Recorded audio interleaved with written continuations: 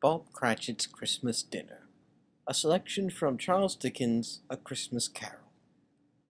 Scrooge and the ghost passed on invisible, straight to Scrooge's clerks, and on the threshold of the door the spirit smiled and stopped to bless Bob Cratchit's dwelling with the sprinklings of his torch.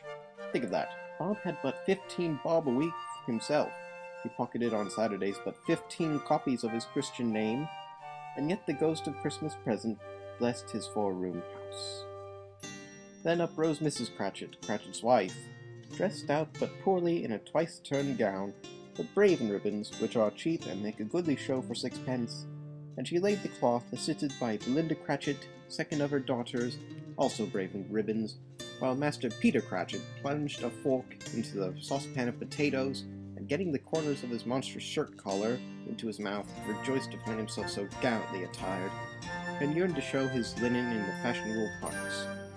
And now two smaller Cratchits, boy and girl, came tearing in, screaming that outside the baker's they had smelt the goose, and known it for their own, and, basking in luxurious thoughts of sage and onion, these young Cratchits danced about the table, and exalted Master Peter Cratchit to the skies, while he blew the fire until the slow potatoes, bubbling up, knocked loudly at the saucepan lid, and to be let out and peeled.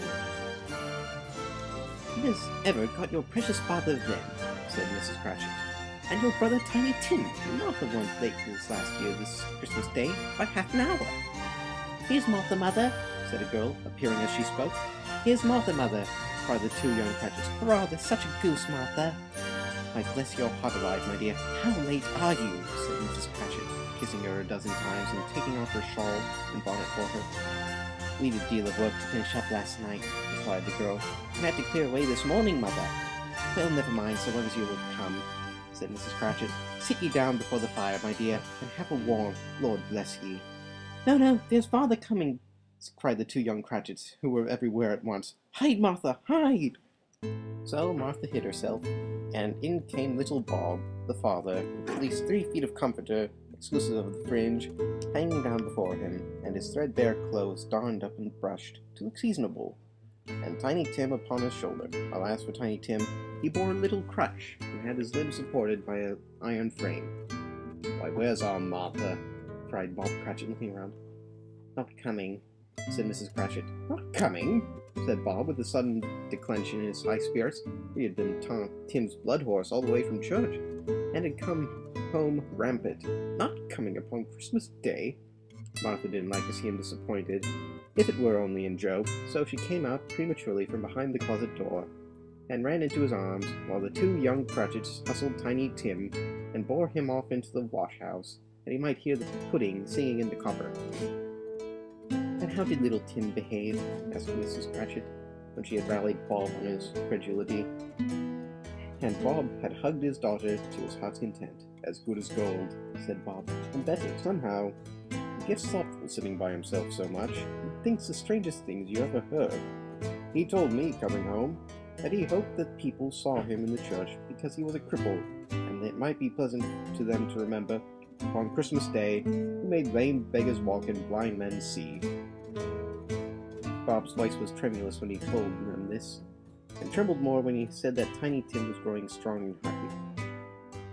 His active little crutch was heard upon the floor, and back came Tiny Tim before another word was spoken, escorted by his brother and sister, to his stool beside the fire, and while Bob, turning up his cuffs, as if, poor fellow, they were capable of being made more shabby, compounded some hot mixture in a jug with gin and lemons, and stirred it round, and put it on the hob to simmer. Master Peter and the two ubiquitous young Cratchits went to fetch the goose, with which they had soon returned in high procession. Mrs. Cratchit made the gravy, hissing hot, Master Peter mashed the potatoes with incredible vigor, and Miss Belinda sweetened up the apple sauce. Martha dusted the hot plates. Bob took Tiny Tim beside him in a tiny corner at the table. The two young Cratchits set chairs for everybody, not forgetting themselves, and mounting guard upon their posts, crammed spoons into their mouths lest they should shriek for goose before their turn came to be helped. At last the dishes were set on, and grace was said. It was succeeded by a breathless pause, and Mrs. Cratchit, looking slowly all along the carving knife, prepared to plunge it in the breast, but when she did, and when the long-expected gush of stuffing issued forth, one murmur of delight arose all round the board, and even Tiny Tim, excited by the two young Cratchits, beat on the table with the handle of his knife and feebly cried, "Hurrah!" There never was such a goose. Bob said he didn't believe there ever was such a goose cooked. Its tenderness and flavor, size and cheapness were the themes of universal admiration. Eked out by the applesauce and mashed potatoes, it was a sufficient dinner for the whole family. Indeed, as Mrs. Cratchit said with great delight, they hadn't ate it all at last. Yet everyone had had enough, and the youngest Cratchits in particular were steeped in sage and onion to the eyebrows. But now, the plates being changed by Miss Belinda, Mrs. Cratchit left the room alone, too nervous to bear witnesses, to take the pudding up and bring it in. Suppose it should not be done enough. Suppose it should break in turning out. Suppose somebody should have got over the wall of the backyard and stolen it while they were merry with the goose. A supposition at which the two young Cratchits became livid. All sorts of horrors were supposed. Hello! With a great deal of steam, the pudding was out of the copper. A smell like washing day. That was a cloth. A smell like an eating house and a pastry cook's next door to each other, with a laundress's next door to that. That was the pudding. In half a minute, Mrs. Cratchit entered, flushed but smiling proudly, with the pudding, like a speckled cannonball, so hard and firm, blazing in half a quartern of ignited brandy, and bedight with Christmas holly stuck into the top. Oh, what a wonderful pudding, Bob Cratchit said, and calmly too, that he regarded it as the greatest success achieved by Mrs. Cratchit ever since their marriage. Mrs. Cratchit said that now the weight was off her mind. She would confess she had had her doubts about the quantity of flour. Everybody had something to say about it, but nobody said or thought it was all a small pudding for a large family. Any Cratchit would have blushed to hint at such a thing. At last the dinner was all done, the cloth was cleared, the hearth swept, and the fire made up. The compound in the jug being tasted and considered perfect, apples and oranges were put upon the table, and a shovelful of chestnuts on the fire. Then all the Cratchit family drew round the hearth in what Bob Cratchit called a circle, and at Bob Cratchit's elbow stood the family display glass, 2 tumblers, and a custard cup without a handle. These held the hot stuff from the jug, however, as well as golden goblets were done, and Bob served it out with beaming looks, while the chestnuts on the fire sputtered and crackled noisily. Then Bob proposed, "A Merry Christmas to us all, my dears, God bless us," which all the family re-echoed. "God bless us, everyone," said Tiny Tim, the last of all.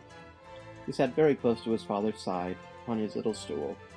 Bob held his withered little hand in his, as if he loved the child, and wished to keep him by his side, and dreaded that he might be taken from him. Scrooge raised his head speedily on hearing his own name. "Mr. Scrooge," said Bob, "I'll give you Mr. Scrooge, the founder of the feast." "Founder of the feast, indeed!" cried Mrs. Cratchit, reddening. "I wish I had him here. I'd give him a piece of my mind to feast upon, and I hope he'd have a good appetite for it." "My dear," said Bob, "children, Christmas Day. It should be Christmas Day, I'm sure," said she, "on which one drinks the health of such an odious, stingy, hard, unfeeling man as Mr. Scrooge. You know he is, Robert. Nobody knows it better than you do, poor fellow." "My dear," was Bob's mild answer, "Christmas Day." "I'll drink his health for your sake and the day's," said Mrs. Cratchit, "not for his. Long life to him, a Merry Christmas and a Happy New Year. He'll be very merry and very happy, I have no doubt." The children drank the toast after her. It was the first of their proceedings, which had no heartiness in it. Tiny Tim drank it last of all, but he didn't care 2 pence for it. Scrooge was the ogre of the family. The mention of his name cast a dark shadow on the party, which was not dispelled for full 5 minutes. After it had passed away, they were 10 times merrier than before, from the mere relief of Scrooge the baleful being done with. Bob Cratchit told them how he had a situation in his eye for Master Peter, which would bring him, if obtained, full 5 and 6 pence weekly. 2 young Cratchits laughed tremendously at the idea of Peter's being a man of business, and Peter himself looked thoughtfully at the fire from between his collars, as if he were deliberating what particular investments he should favor when he came into the receipt of bewildering income.